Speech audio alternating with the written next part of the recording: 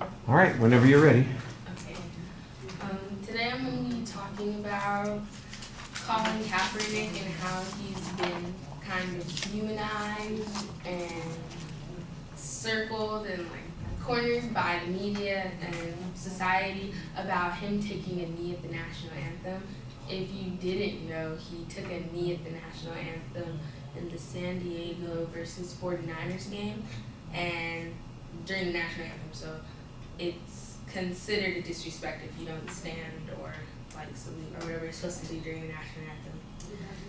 First, I'm going to talk about how the president, Donald Trump, came at him. He tweeted several tweets, but I'm just going to quote one of them where Kaepernick was basically being ridiculed by him.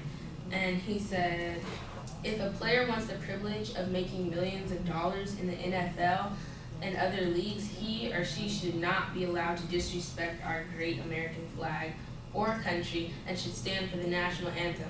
If not, you're fired. Find something else to do. That was from Twitter.com.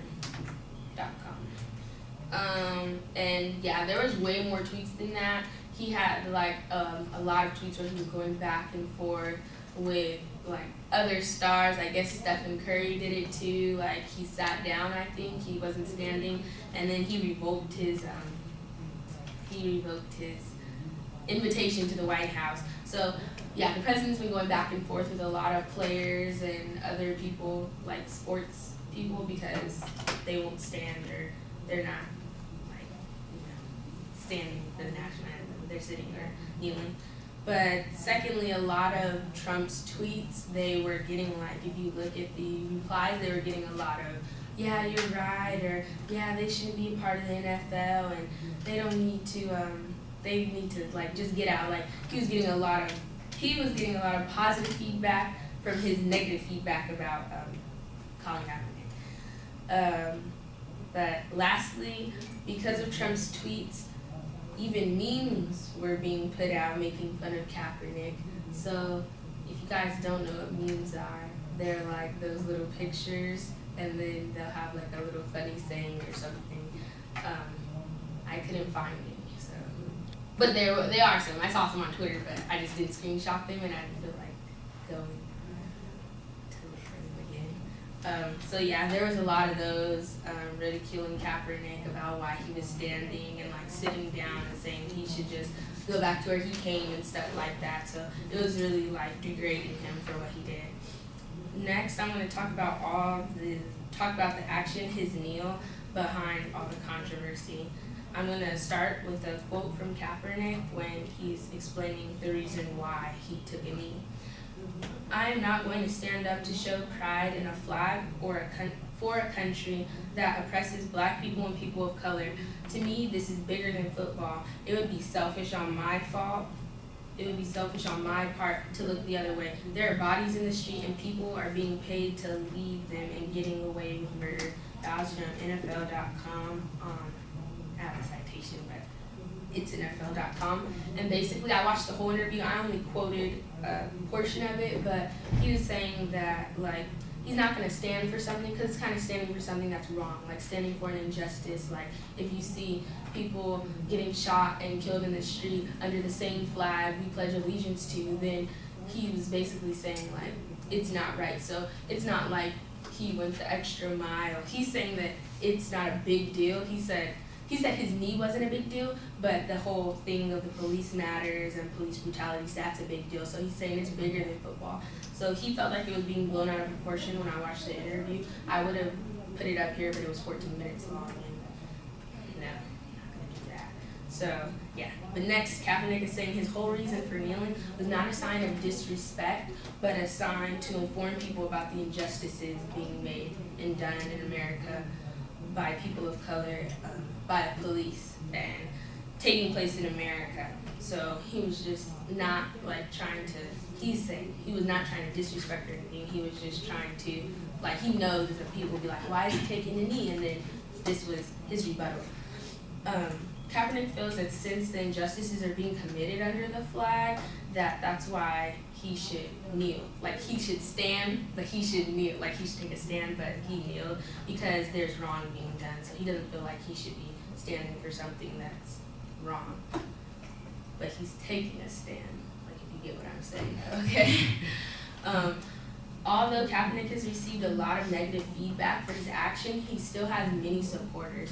So he had, I'm gonna quote this and then. Kaepernick, who was joined by teammate Eric Reed in his protest, stood up from the spot near the sideline, and another teammate, cornerback Rashard Robinson, hugged him.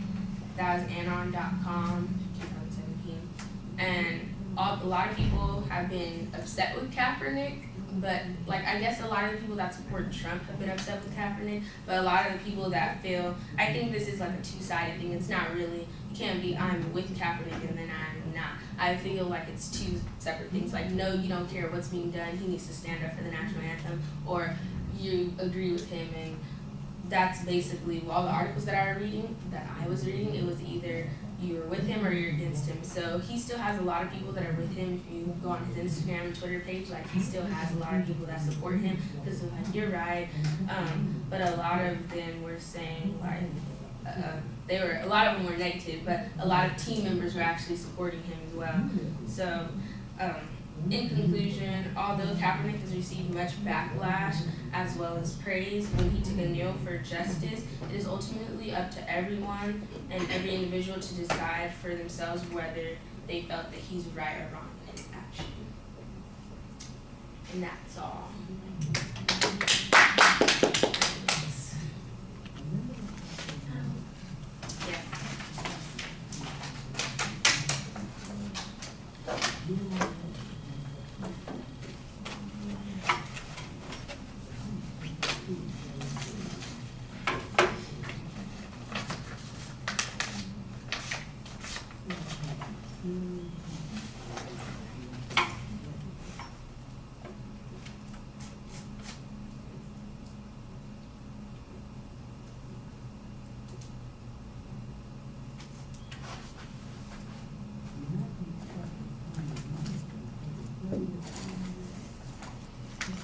What'd you think? I think it was great, the speech overall. I like how she kept it to the informative way it was supposed to be, since it were two sides. She didn't really take either side. She basically explained the wrongs and the rights on each side.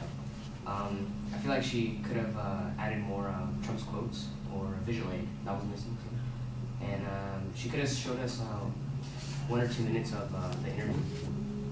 And overall, it was great. I really liked how she kept it informative, just kept it informed us about each side, the negatives and positive effects, and Trump, stuff like that. And I think your outro could have been a little bit better than just saying The what? Your outro. Oh, yeah. Just saying, oh, that's it. You could have, added that. Yeah, it's I talked about before, the Porky Pig exit. Yeah. It feels a lot like, well, Yeah, that's all, folks, I'm done. So my business teacher, he's like, you can't just end it by saying yeah or that's all I got. You have to add. Yeah, you want to exit, so whether you agree with Kaepernick or not, it certainly is an important controversy dominating the news these days. There you go, something like that. I mean, you got to have an exit line that reminds people, here's the point I'm trying to make, here's what's interesting, here's why we talked about this.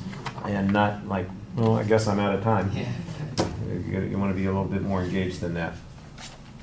All right, I'm going to pick out a couple of things quick. Like, it feels like it's organized backwards. You've got Trump tweeting about all this stuff before you even talked about what it is that happened.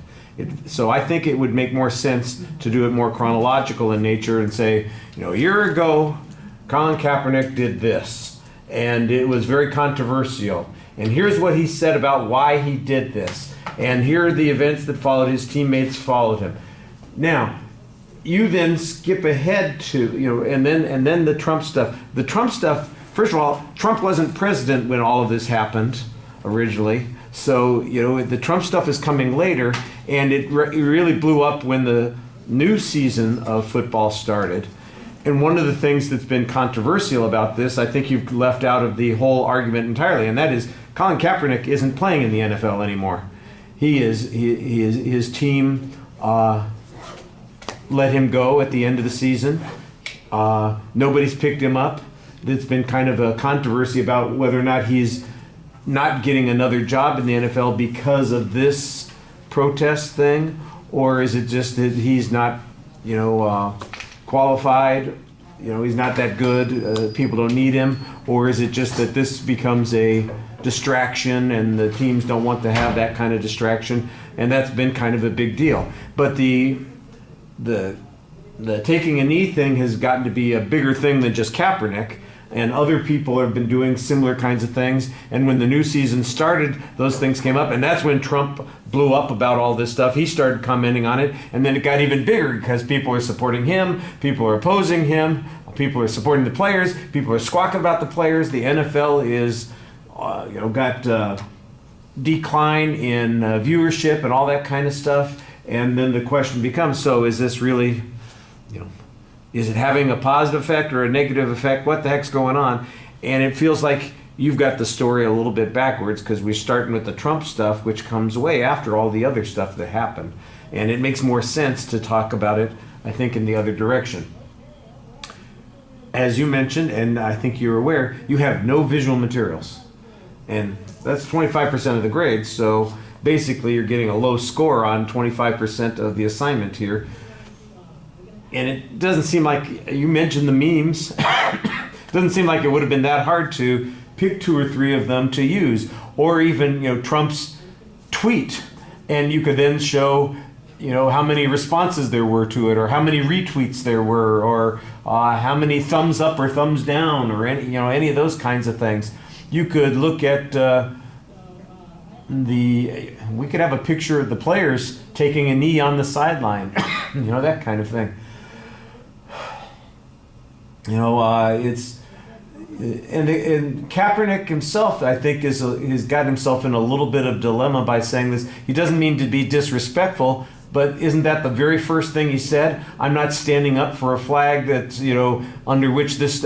He's disrespecting the flag because he thinks it's defending bad stuff. He thinks it stands for this bad stuff. So why wouldn't he feel like he's being disrespectful? I think he's kind of trying to play both sides a little bit on that situation. The idea that there is something to protest about, and this was the way he was trying to draw attention to the protest. I think that I heard a good speech in one of my argumentation classes that says this is having a positive effect on people's paying attention to some social justice issues, because they wouldn't be talking about it nearly as much if he hadn't done this kind of thing. That might be some kind of a way to go on this topic. As it is, your kind of review of the controversy, I think, leaves some big chunks out, kind of puts it in an awkward organizational pattern, and you got none of the visual materials that you're supposed to have in your speech. So that's a little bit problematic. I think that you seem interested in talking about the subject. You seem like you find it interesting, and you're engaging when you're speaking to us. I think you need to be a little bit more in control.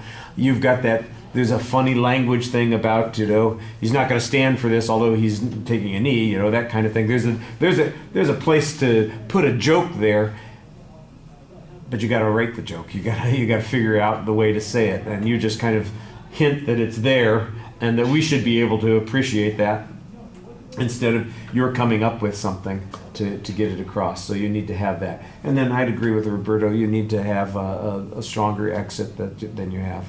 All right? Okay. Thank you.